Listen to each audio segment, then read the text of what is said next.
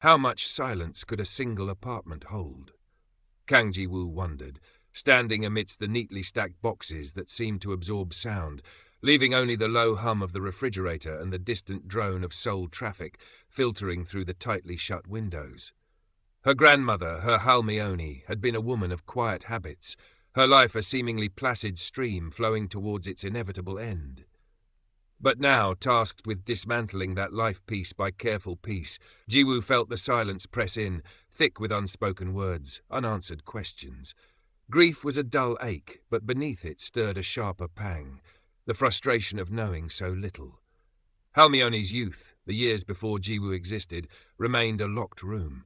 Ji-woo, late 20s and feeling perpetually slightly out of sync with the city's relentless pace, found more comfort in the tangible past.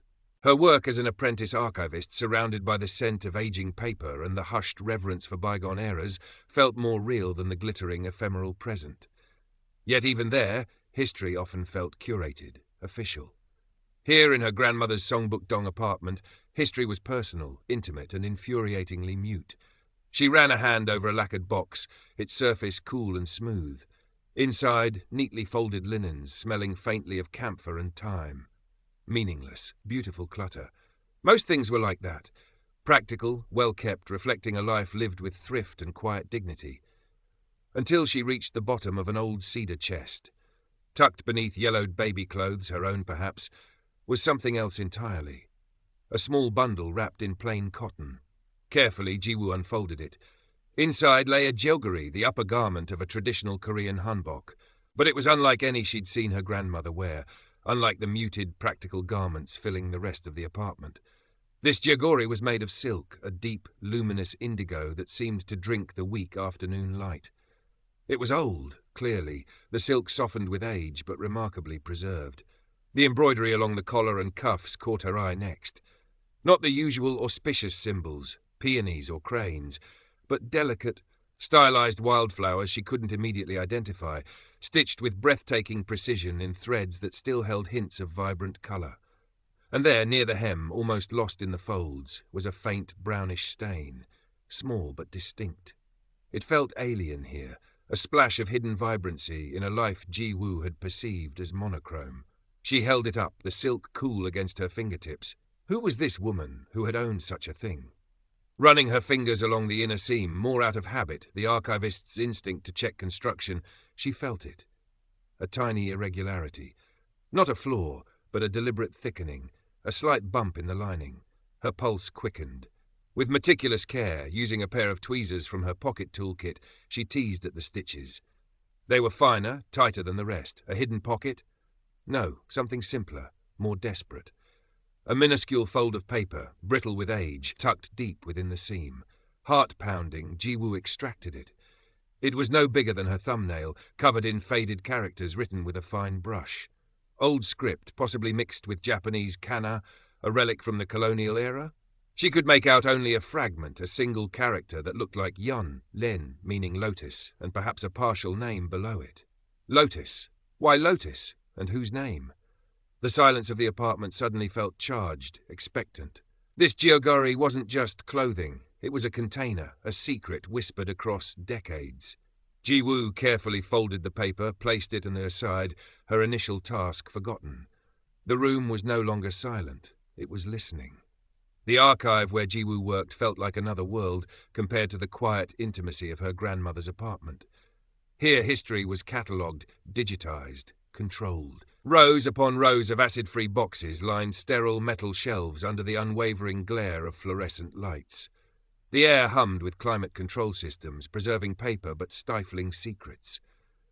Ji-woo found herself distracted, the image of the Indigo Jeogori superimposed on the faded documents she was meant to be sorting. The cryptic note burned in her pocket.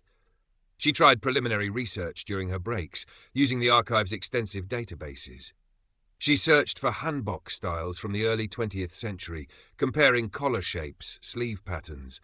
The Jeogori seemed to align roughly with styles from the 1930s, a period of intense social change and Japanese colonial rule in Korea, but the embroidery remained elusive. Peonies, chrysanthemums, cranes, bats, symbols of longevity, wealth, happiness, dominated the documented examples. Stylized wildflowers rendered with such unique artistry, nothing quite matched. And the lotus symbol combined with potential Japanese script? It felt dissonant, wrong. Frustration began to mount. The official records held grand narratives, political shifts, economic policies, notable figures. But the intimate histories, the stories woven into everyday objects like a silk jacket, slipped through the cracks. The silence of the past, as she'd come to think of it, wasn't just an absence of information. It felt like an active resistance, a deliberate veil drawn over inconvenient or forgotten lives. Her supervisor, Mr. Kim, a man devoted to digital migration, noticed her distraction. "Something interesting, Miss Kang?" he asked, peering over her shoulder at the Hanbok databases. Jiwoo quickly minimized the window. "Just exploring historical textile patterns, sir," he grunted, unimpressed. "Make sure you finish cataloguing the land deeds by Friday. Digital access is the future, not dusty old clothes." Jiwoo nodded, forcing a smile, the weight of the Jeogori's untold story feeling heavier. She needed a different kind of archive, a different kind of knowledge. She thought of Insadong, the district in central Seoul known for its traditional crafts, tea houses, and antique shops. A place where history wasn't just stored, but lived, breathed, and traded. Perhaps someone there would recognize the craftsmanship, the symbolism. Taking a half-day off, Jiwoo carefully wrapped the Jeogori and headed towards the bustling streets of Insadong. The area was a sensory overload after the quiet archive, the chatter of tourists, the smell of street food and old wood, the vibrant colors of pottery and fabrics displayed in shop windows. She bypassed the larger, glossier galleries, seeking out the smaller, dustier alleys. Finally, she found it, a narrow shop tucked between a pottery store and a traditional papermaker. The sign above, faded wood carved with elegant characters, simply read, "Bay Antiquities." Inside, the air was thick with the scent of aged wood, beeswax, and something else, perhaps dried herbs. Shelves overflowed with ceramics, scrolls, wooden boxes, and textiles piled in seemingly chaotic fashion. Behind a cluttered counter sat an elderly man, Mr. Bay, peering at a small porcelain vase through a magnifying glass. He looked up, his eyes sharp and assessing beneath bushy white eyebrows as the bell above the door chimed. Jiwoo hesitated, feeling intrusive. "Excuse me," she began, her voice softer than intended. "I was hoping you might be able to tell me something about this." She carefully unwrapped the Jeogori, laying the deep indigo silk on the counter. Mr. Bay put down his magnifying glass, his gaze sweeping over the Jeogori. He didn't reach for it immediately, his eyes lingering on the embroidery, the cut of the fabric, the subtle sheen of the silk. Jiwoo held her breath. His initial expression was unreadable, perhaps dismissive. She braced herself for disappointment. Finally, he extended a hand, his fingers surprisingly nimble as he gently touched the embroidered wildflowers. 1930s, he stated, his voice gravelly. Maybe late 1920s. Good silk. Not palace quality, but fine. From a family with some means, or perhaps a special gift. Jiwoo's hope flickered. "Do you recognize the embroidery?" she asked eagerly. "These flowers?" He squinted. "Unusual. Not standard auspicious symbols. More. Personal. Wildflowers. Maybe something regional? Or maybe..." He paused, tapping a finger against the counter. "Maybe they meant something specific to the maker or the wearer." He picked up the garment, examining the inner seams with a practiced eye, his touch surprisingly gentle. Good stitching. Careful work. He didn't comment on the hidden pocket Jiwoo had disturbed, though she felt sure he must have noticed the slightly loose threads. He then pointed to the faint stain near the hem. And this. Old. Hard to say what from. Jiwoo felt a surge of frustration tempered with gratitude. He hadn't dismissed her, but he hadn't offered easy answers either. She decided to show him the paper fragment. "I found this," she whispered, placing the tiny brittle piece on the counter, tucked inside the lining. Mr. Bay picked it up carefully, bringing it closer to his eyes. He frowned. Yum. Lotus. And this?" He peered at the faded character below it. Hard to be certain. Could be part of a name. The mix of script common enough during the colonial period. He looked back at the Jeogori. Lotus embroidery is usually Buddhist, or sometimes associated with purity, rebirth, but wildflowers, it's a contradiction. He handed the fragment back to Jiwoo. "Sometimes," he said slowly, looking not at her, but at the Jeogori, "the thread tells more than the needle. Look at how it was made, not just what it shows. Look at the knots, the backing stitches. Secrets weren't always written down. He turned back to his vase, a clear dismissal. "Thank you," Jiwoo said, carefully rewrapping the Jeogori. "Thank you for your time." He merely grunted in response. Leaving the shop, Jiwoo felt a renewed sense of purpose, despite the lingering mystery. The thread tells more than the needle. What did that mean? Back in her grandmother's apartment that evening, she examined the Jeogori again under a bright lamp, armed with a magnifying glass from her own toolkit. She focused on the embroidery, not just the pattern on the surface, but the tiny stitches on the reverse side. The work was incredibly fine, almost invisible, but as she traced the lines of the wildflowers, she noticed something Mr. Bay's cursory glance might have missed. The knots used to secure the threads were subtly different from standard Korean embroidery techniques she'd studied. They were tighter, almost resembling a technique used in Japanese embroidery, yet not quite identical. A hybrid style, or something else. She spent the next few weeks dividing her time between the archive, the quiet apartment, and online historical forums, specializing in East Asian textiles and the colonial period. She uploaded anonymized photos of the embroidery knots, asking if anyone recognized the technique. She researched regional variations in hanbok styles from the 1930s. She cross-referenced the character Yon with registries and records from the era, searching for the partial name fragment. It was painstaking work, filled with dead ends. The silence of the past felt vast, impenetrable. Doubts gnawed at her. Was she chasing shadows? Projecting meaning onto a simple, albeit unusual old garment? Was her desire to connect with her grandmother leading her down a path of fantasy? She found herself rubbing her temples frequently, the fluorescent lights of the archive seeming harsher than ever. One rainy Tuesday afternoon, scrolling through a digitized university archive of colonial-era photographs, Jiwoo stumbled upon something. It wasn't the Jeogori itself, but a group photo of young women attending what looked like a literacy class or a cultural meeting. Dated 1934 Seoul. Most wore simple, practical clothing. But one young woman, standing slightly apart, wore a dark Jeogori. The photo quality was poor, grainy black and white, but Jiwoo zoomed in, her heart leaping.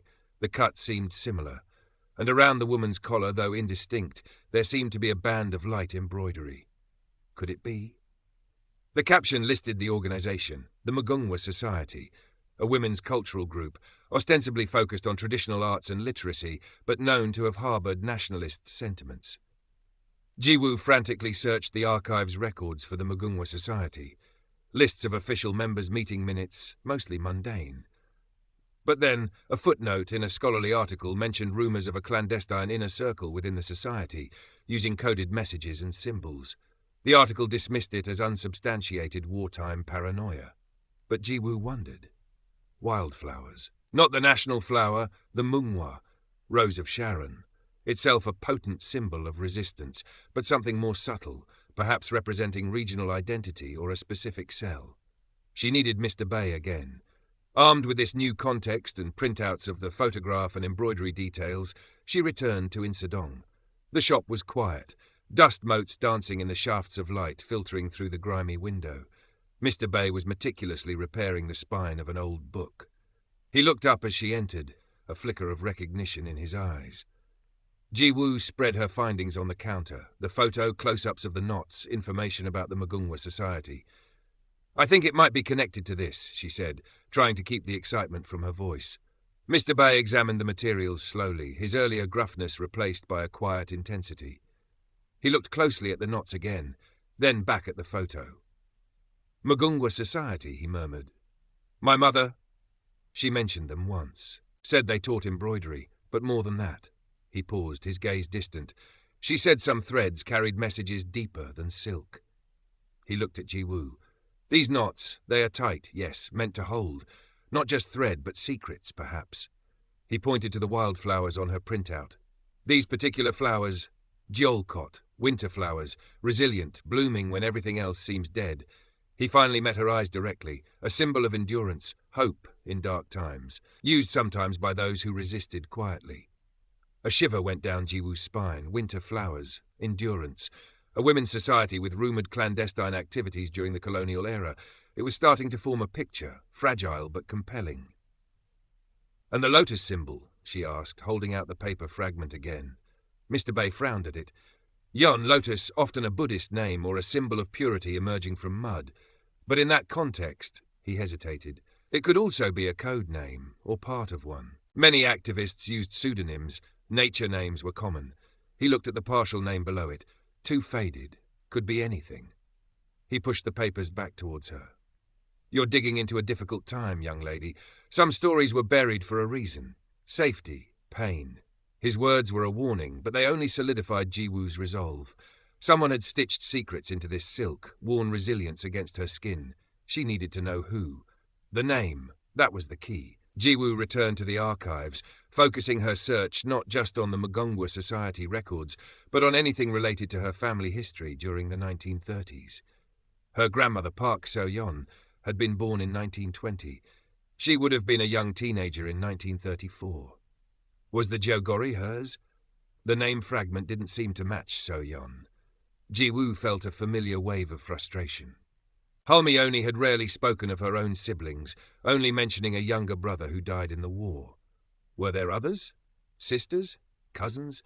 She decided to search her grandmother's apartment again, this time looking not for objects but for paper. Letters, diaries, old photos tucked away. In a small, unassuming wooden box filled with old bills and expired ration coupons, she found it. A thin stack of letters tied with faded ribbon.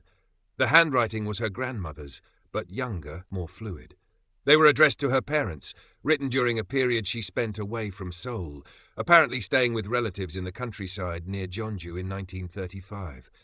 Jiwoo's hands trembled as she read.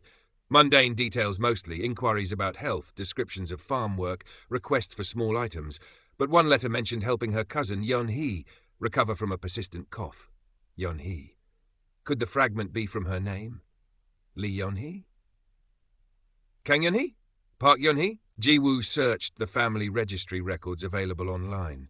Her grandmother had one sister listed, Park Yeon-hee, born in 1918, 2 years older. There was no death date listed, only a note indicating she had moved away in 1936. Moved away where? Why no further record? Jiwoo felt a cold knot form in her stomach. Yeon-hee, Lotus Grace. The age fit the woman in the photograph. The name fit the fragment.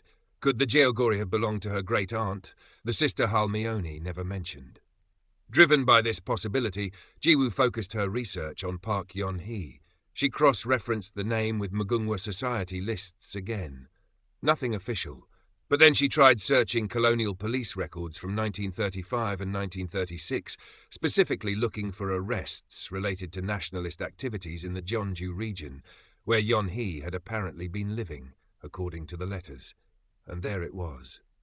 October 1936. Arrest record for Park Yeon-hee, age 18. Charge: distributing anti-Japanese leaflets. Sentence: pending investigation. No further entries. No record of release. No record of trial. She simply vanished from the official documents. Jiwoo sat back, the stark reality hitting her. Her great-aunt, a young woman involved in the resistance, arrested and likely disappeared into the brutal colonial system.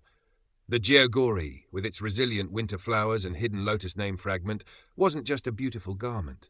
It was potentially Yeon-hee's, a symbol of her quiet defiance, her hope, her identity. Perhaps the note hidden inside was a last message, a name meant to be remembered. And the stain? Jiwoo looked at the small brownish mark near the hem again. Ink from the leaflets or something worse? Blood? Medicine from an injury sustained during her activities or her arrest? The possibilities were chilling. She thought of her grandmother, So-yeon. Living through that time, knowing her sister was involved, knowing she had been taken. The silence wasn't just forgetfulness, it was the heavy cloak of trauma, fear, and perhaps survivor's guilt.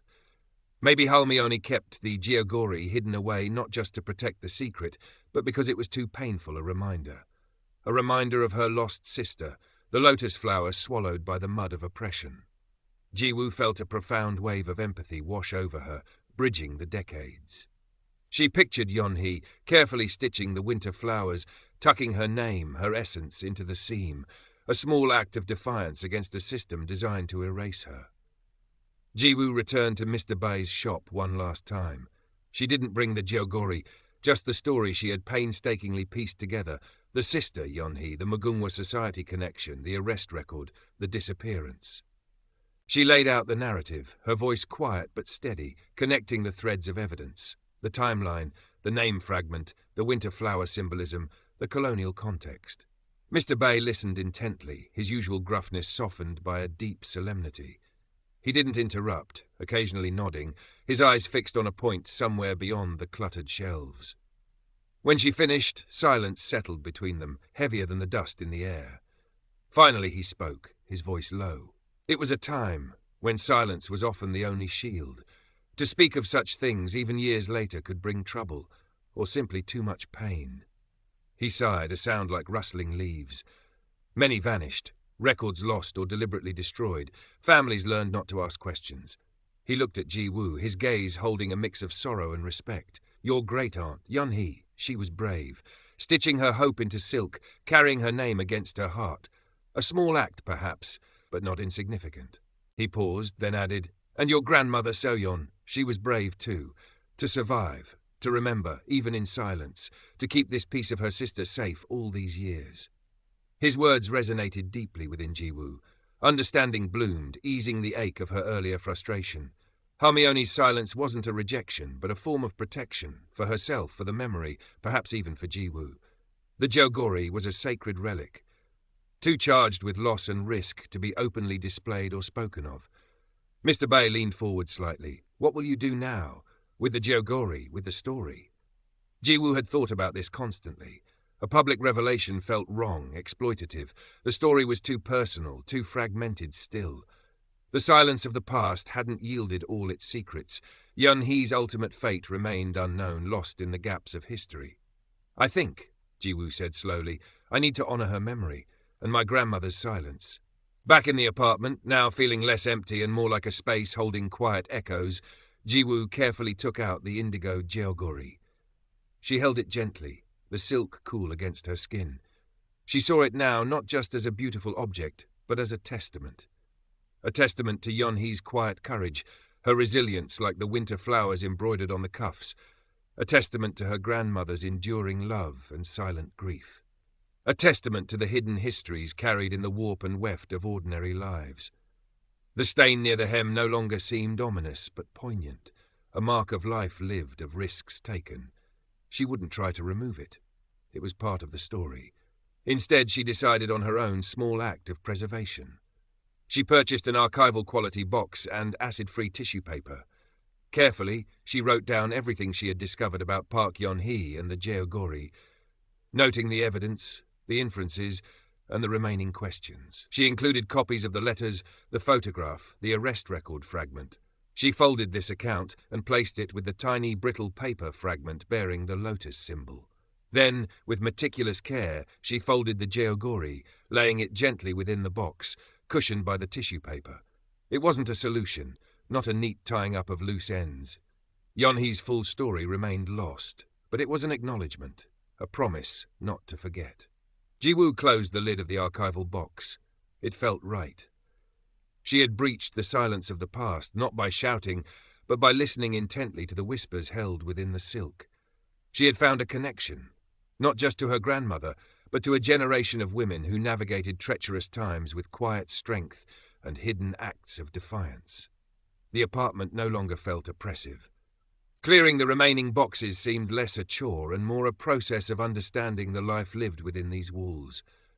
She found herself humming one of the old folk songs Hermione used to sing, the melody weaving through the quiet air. Her work at the archive also took on a new dimension. She still dealt with the bureaucratic processes, the endless digitization, but she looked at the documents differently now. Behind the official records, the land deeds and census data, she imagined the individual lives, the untold stories, the secrets perhaps hidden in the margins or between the lines. She developed a proposal for a small internal exhibit at the archive, not about Yeonhee specifically, that felt too raw, too personal, but about textile testimonies, hidden histories in Korean clothing. A way to showcase how everyday garments, often overlooked in grand historical narratives, could serve as powerful repositories of personal and social history, using anonymized examples of embroidery symbolism or hidden pockets from various eras. Mr. Kim was surprisingly receptive, seeing potential public interest. She kept the box containing the Jeogori and its story in her own small apartment, a tangible link to her roots. Sometimes, in the quiet evenings, she would open it, carefully unfolding the indigo silk, tracing the lines of the resilient winter flowers. It grounded her, reminded her that history wasn't just dates and events, but the accumulation of individual lives, loves, losses, and acts of courage, often hidden just beneath the surface. She felt less adrift in modern Seoul, understanding now that the city's glittering facade was built upon layers of such stories, silent but persistent. She thought of Mr. Bai in his dusty Insadong shop, a quiet guardian of forgotten crafts and histories. She thought of her grandmother, picturing her not just as the quiet, elderly woman she knew, but as a young girl who had lost her sister and carried that grief silently for decades. And she thought of Park Yeon-hee, the girl who stitched wildflowers onto silk, whose name meant Lotus Grace, who vanished into the moor of history but left behind an echo, a whisper in indigo. The Jeogori rested in its box, safe. Its story, though incomplete, was no longer entirely silent. It had found its voice in the quiet attention of a descendant, a promise carried forward, thread by careful thread. Jiwoo finally understood. Old clothes didn't just hold memories, they held lives. Jiwoo's small exhibit, Textile Testimonies, eventually opened in a modest corner of the archive's public space. It didn't feature Yeon-hee's Jeogori, that remained private, sacred, but showcased other examples. A farmer's patched work vest telling tales of harvests and hardships, a scholar's robe with ink stains hinting at late-night study, a wedding hanbok passed down through generations, its silk bearing the faint scent of celebratory foods and joyful tears. She included panels explaining common symbolism in traditional embroidery, but also highlighted examples of unique or coded stitches, hinting at the hidden languages textiles could carry. The response was quietly positive. Visitors lingered, peering closely at the garments, perhaps thinking of similar items tucked away in their own family histories. An elderly woman approached Jiwoo one afternoon, tears welling in her eyes. "My mother," she began, her voice thick with emotion. "She had a sewing box. After she passed, I found tiny knots sewn into the lining in patterns I never understood. Seeing this, maybe they meant